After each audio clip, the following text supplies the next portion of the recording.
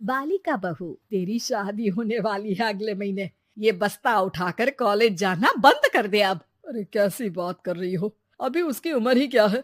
इतनी जल्दी शादी करने का फैसला मैं नहीं लेने वाला। फैसला लेने के लिए तुम्हें कहा किसने है?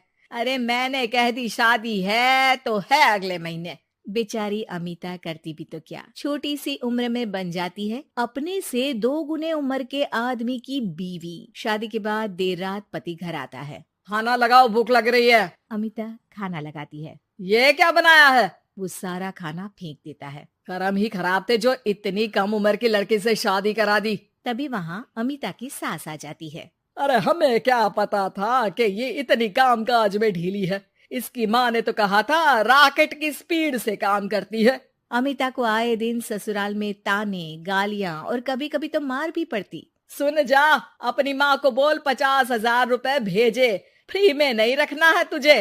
अरे मेरी एक आंख का ऑपरेशन भी तो करवाना है। अमिता को सास घर से निकाल देती है। अमिता परेशान होकर मायके की ओर जाती है। वो घर तो पहुंचती है लेकिन वहाँ ताला लगा है। अरे अमिता बेटी, क्या हाल बना रखा है तेरे पति ने? कहाँ है वो? अमिता पड़ोसी के सामने रोने लगती है। मुझे नहीं जाना उस घर में चाची। मेरे मम्मी पापा कहाँ है? उन लोगों ने तो ये मकान छोड़ दिया बिटिया। वो लोग तो कहीं और शहर चले गए। तुझे नहीं बताया? अमिता जोर जोर से रोने लगती है। नहीं बताया? ये क्या कर गए माँ पिताजी मेरे साथ। मेरी जिंदगी तो नर्क से भी खराब है। अब मैं क्या करूं? अमिता रोते हुए वहाँ से जा रही होती है कि उसे एक औरत मिलती है। अरे सुनो तो, रो क्यों रही हो? तो क्या करूं, हंसू? अमिता उस औरत को अपनी सारी कहानी बताती है। देखो, मेरा सिलाई का काम है। अगर तुम चाहो तो मेरे साथ ये काम कर सकती हो। बदले में मैं तुम्हें रहने की जगह, खाना और 1 दिन का 100 रुपया भी दूंगी। अमिता कुछ सोचती है और फिर उस औरत के साथ चल देती है। अब क्या था, अमिता की जिंदगी अपने मायके और ससुराल से दूर एक नए सिरे से शुरू होती है। रहना खाना फ्री होने के कारण अमिता रोज का पैसा बचा लेती। वो आसपास के लोगों के भी कपड़े सिलने लगी। और एक दिन सिलाई सेंटर की एक औरत कहती है, अरे वो साड़ी की कंपनी है ना, वो बिक रही है। पास बैठी अमिता सारी बात सुन रही थी। हाँ हाँ, बिक तो रही है, लेकिन उस बंद पड़ी मनहूस कंपनी को खरीदेगा कौन? तभी तो इतनी सस्ती बिक रही है, लेकिन कोई खरीदार नहीं है। फिर भी कितने की बिक रही है? अरे पूरे 5 लाख में मशीनों के साथ। लेकिन यहाँ कोई लेबर काम नहीं करेगा। पुराने मालिक ने किसी को पैसे ही नहीं दिए। उन लोगों ने कहा है कि जो नया मालिक आएगा वो लोगों को पैसा देगा।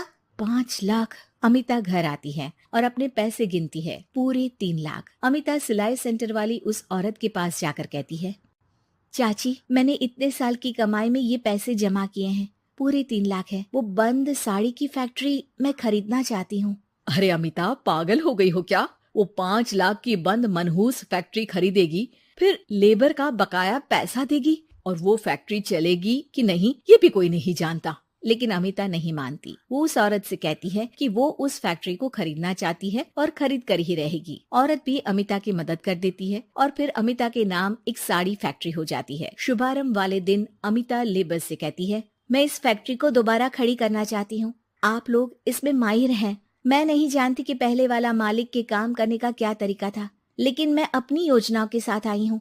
मेरे पास आप लोगों को देने के लिए अभी तो पैसे नहीं है, लेकिन मैं वादा करती हूँ 3 महीने में आप लोगों के पैसे ब्याज सहित आप लोगों को दे दूंगी। और ये क्या बात होती है? हम सारा दिन फिर से काम करें और पैसे ना मिले तो हम खाएंगे क्या? सिर्फ 3 महीने की बात है। वैसे भी आप लोग बिना काम के यहाँ नए मालिक के इंतजार में बैठे ही थे। मैं काम करना चाहती हूँ और 3 महीने में सारे पैसे देने का वादा भी करती हूँ।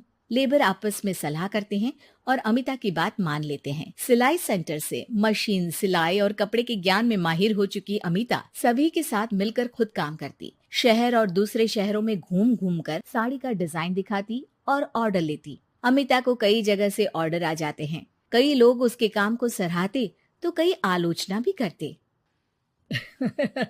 अरे बड़े बड़े व्यापारी बैठे हैं, यहाँ तू कहाँ टिकेगी?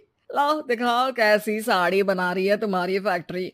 अमिता उन लोगों को साड़ी के डिजाइन दिखाती है कि तभी वहाँ व्यापारी की बीवी आ जाती है। हाय रे, कितनी प्यारी साड़ी है ये, बड़ी महंगी लगती है। मेरे लिए ले लो ना ना जी, और हाँ, अपनी दुकान में भी रख लो इसे, बहुत बिकेगी मैं कहती हूँ।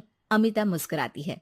अरे सेठ जी, बड़े बड़े व्यापारियों से नहीं, पर अच्छी डिजाइन और क्वालिटी से बाजार में चलती है। अब बताओ कितने का ऑर्डर है आपका? धीरे धीरे अमिता का आत्मविश्वास और बढ़ता है। बड़े बड़े ऑर्डर्स के लिए वो खुद लेबर्स के साथ मिलकर सारा दिन सारी रात काम करती, और फिर वो दिन भी आ जाता है जब अमिता को लेबर को पैसे देने होते हैं। मैं आप लोगों से 3 महीने बाद आज के दिन ये बात करना चाहती हूँ कि मैंने जितने पैसे देने की आपसे बात की थी उतने मैं नहीं दे सकती। हम लोग जानते थे कि, पर आपकी कंपनी तो फायदे में है, फिर हमारे पैसे क्यों नहीं देंगी? मतलब आप लोगों के बकाया पैसे, ये 3 महीने के पैसे और ब्याज के साथ मैं आप लोगों को 10% का मुनाफा भी दूंगी। सभी खुश हो जाते हैं। मेरा कोई परिवार नहीं है, लेकिन दिन रात आप लोगों के साथ काम करके मुझे आप लोगों में ही अपना परिवार दिखता है। अमिता की फोटो पेपर में छपती है। उसके बिजनेस मॉडल को पढ़ने के लिए कई बच्चे भी उसका इंटरव्यू करते हैं। अब अमिता 1 से 2 और 2 से 4 फैक्ट्री खोलकर देश में बड़ा नाम कमाती है।